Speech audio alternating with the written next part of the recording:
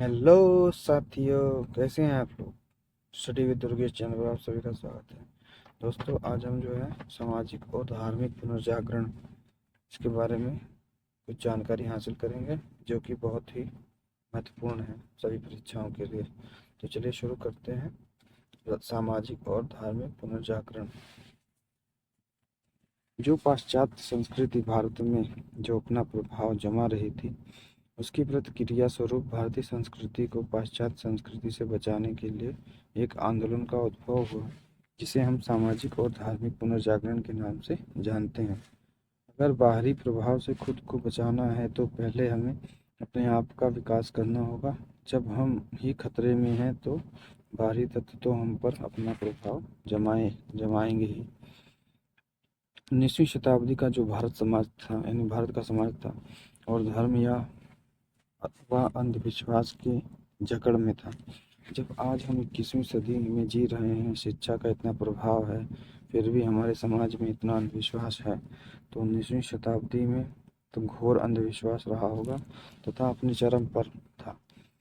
उसे विश्वास की संज्ञा दी ही नहीं जा सकती थी।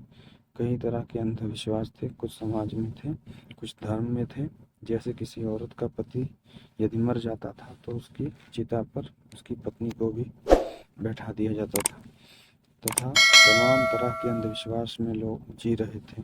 उस समय देवी देवताओं की संख्या इतनी अधिक बढ़ चुकी थी और उनके प्रति सभी लोगों के अपने अपने अंधविश्वास थे। तो एक तरह से भारतीय समाज के पास स्पष्ट सोच नहीं थी। जब स्पष्ट दिशा ना हो तो कोई भी आपकी दिशा को भटका सकता है। तो भारतीय समाज में जो उस समय कमियां थी, उसी को दूर करने का प्रयास किया गया। पहले हम अपनी कमियां दूर करें इस समाज में, और बहुत कमियां थी। ऊंच नीच, यानी उच्च और निचले वर्ग के बीच में जो खाई थी वह और ज़्यादा बढ़ गई थी। यहाँ तक कि वह छुआछूत का रूप धारण कर चुकी थी। जो मध्यम वर्ग के पढ़े लिखे या उच्च वर्ग के लोग थे, निचले वर्गों के लोगों को बहुत ही दूरी बनाए रखते थे। यहाँ तक कि छुआछूत और घृणा की भावना उत्पन्न हो चुकी थी। यहाँ पर निचला वर्ग क्या करे बेचारा, उसके पास तो जो हिंदू धर्म व्यवस्था है उसमें ना तो सम्मान मिल रहा था और आर्थिक दिक्कतें तो हो ही रही थी। परिणाम स्वरूप जो निचला वर्ग था वह आर्थिक लाभ के चलते और सामाजिक मान सम्मान पाने के लिए ईसाई धर्म को स्वीकार कर रहा था। अंग्रेज आए, उसके बाद 1813 में ईसाई मिशनरियों को भारत में काम करने की छूट मिली। ईसाई मिशनरियां आए और खुलेआम धर्म का प्रचार करने लगे। साथ ही उन्होंने एक अच्छा काम किया कि उन्होंने अंग्रेजी शिक्षा का प्रचार प्रसार किया। अंग्रेजी शिक्षा के माध्यम से जो पाश्चात्य ज्ञान विज्ञान था वह भी भारत आने लगा। पाश्चात्य ज्ञान विज्ञान काफ़ी हद तक आधुनिकता पर आधारित था। जैसे महिलाओं के प्रति सम्मान पूर्वक दृष्टि।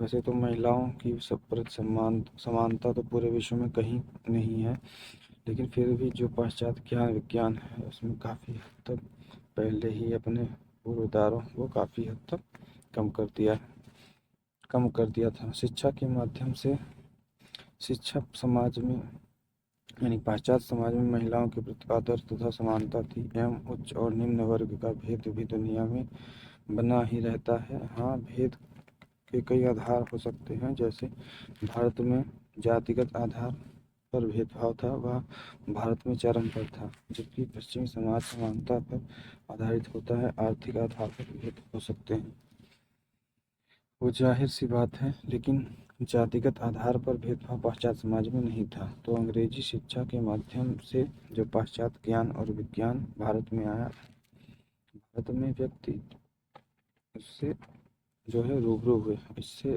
भारतीयों में महत्वपूर्ण परिवर्तन आया। लेकिन जब ईसाई मिशनरियों ने लोगों, यानी कि निचले वर्गों के जो लोग थे, कि लाचारी का लाभ उठाकर उन्हें ईसाई बनाना प्रारंभ कर दिया, तो इसके खिलाफ भारतीयों में तीखी प्रतिक्रिया हुई।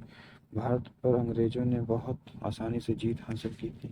न केवल जीत ही बल्कि हासिल की, बल्कि लगातार सत्ता भी विस्तृत करते गए।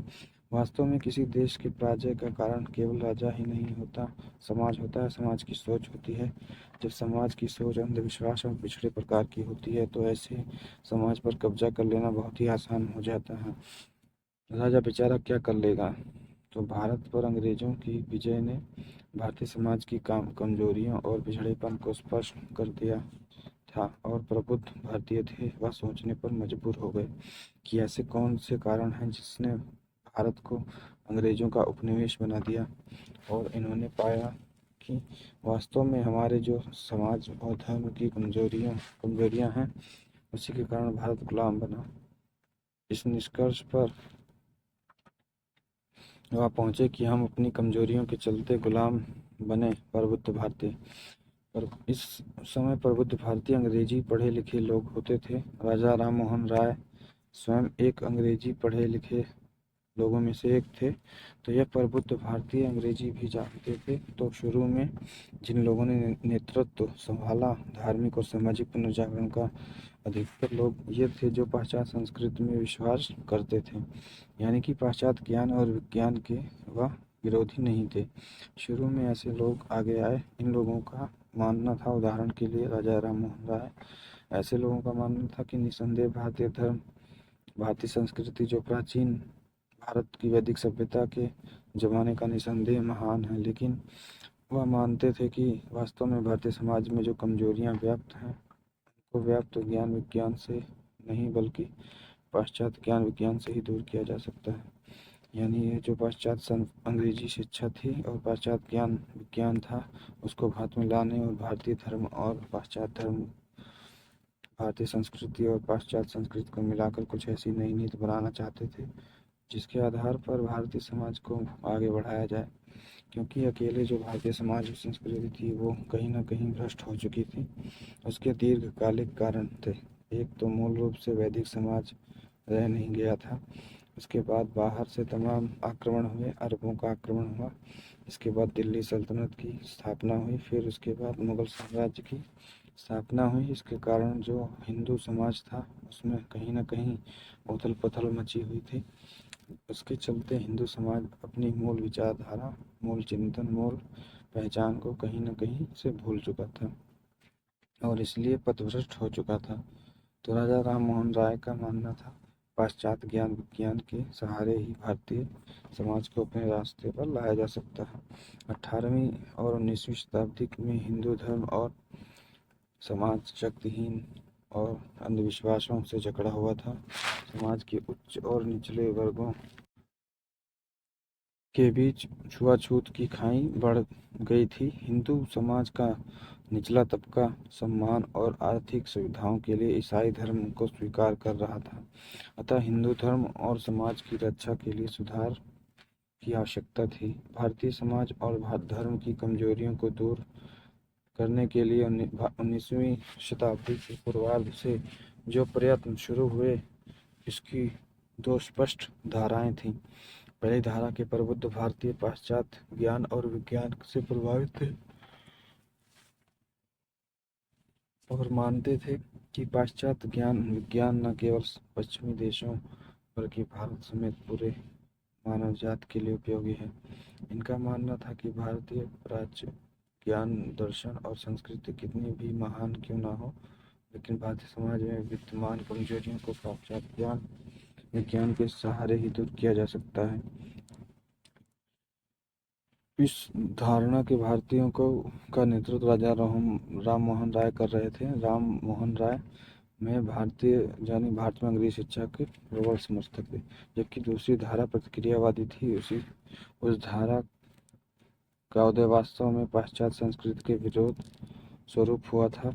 इस धारा के भारतीयों ने अंग्रेजी शिक्षा और पाश्चात्य ज्ञान को भारतीय संस्कृति पर खतरे के रूप में देखा और प्राचीन भारतीय ज्ञान और वैदिक संस्कृति के गौरव और उसके पुनरुत्थान पर बल देने लगे। इस प्रतिक्रियावादी धारा का नेतृत्व दयानंद सरस्वती जैसे प्रबुद्ध भारतीय कर रहे थे। इन्होंने ही नारा दिया था, वेदों की ओर लौटो। भारत में अंग्रेजी शासन की स्थापना के साथ ही देश का पाश्चात्यकरण प्रारंभ हो गया था। सन 1813 में धर्म प्रचार के लिए ईसाई मिशनरियों को भारत आने की छूट मिली।